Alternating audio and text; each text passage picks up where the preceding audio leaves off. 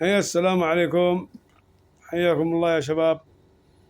أمس أنا مخزن بلوك الحارة، أحسب أحد غير مال الدبة حق الماء الترميس في حجر، أتفرج يمين يسار ما فيش أحد، أتفرج على الأرض أدور الحجر ما فيش، وبعدين كده أتفرج على الترميس الدبة حق الماء، أشوف فيه خزق بالدبة، شوف وين الخزقة وهو لا أفك الدبة ولا أتفرج عليه، لا أشوفه حق حبة رصاص، دخلت حبة رصاص حق آلي كلاشينكوف، أفك القطع حق الدبة ولا حب الرصاص.